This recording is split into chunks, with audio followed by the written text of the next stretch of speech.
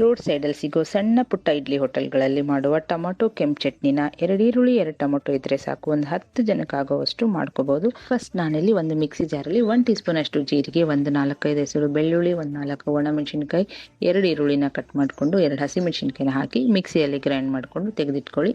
ಇವಾಗ ಅದೇ ಮಿಕ್ಸಿಯಲ್ಲಿ 2 ಟೊಮೊಟೊ ಕೂಡ ಹಾಕಿ ರುಬ್ಬಿಟ್ಕೊಳ್ಳಿ.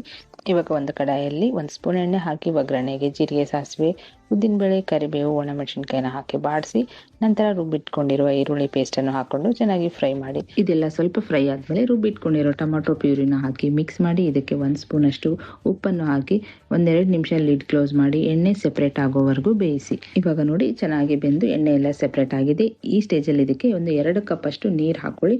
ನೀರು ಚೆನ್ನಾಗಿ ಕುದೀತಾ ಇರುವಾಗ ಇದಕ್ಕೆ ನಾವು ಏನು ರುಬ್ಬಿಟ್ಕೊಂಡಿರೋ ಇಡ್ಲಿ ದೋಸೆ ಹಿಟ್ಟಿರುತ್ತೆ ನೋಡಿ, ಆ ಹಿಟ್ಟನ್ನು ಹಾಕಿ ಚೆನ್ನಾಗಿ ಮಿಕ್ಸ್ ಮಾಡಿ ಒಂದು ಕುದಿಸ್ಕೊಳ್ಳಿ, ಗಟ್ಟಿ ಆಗುತ್ತೆ.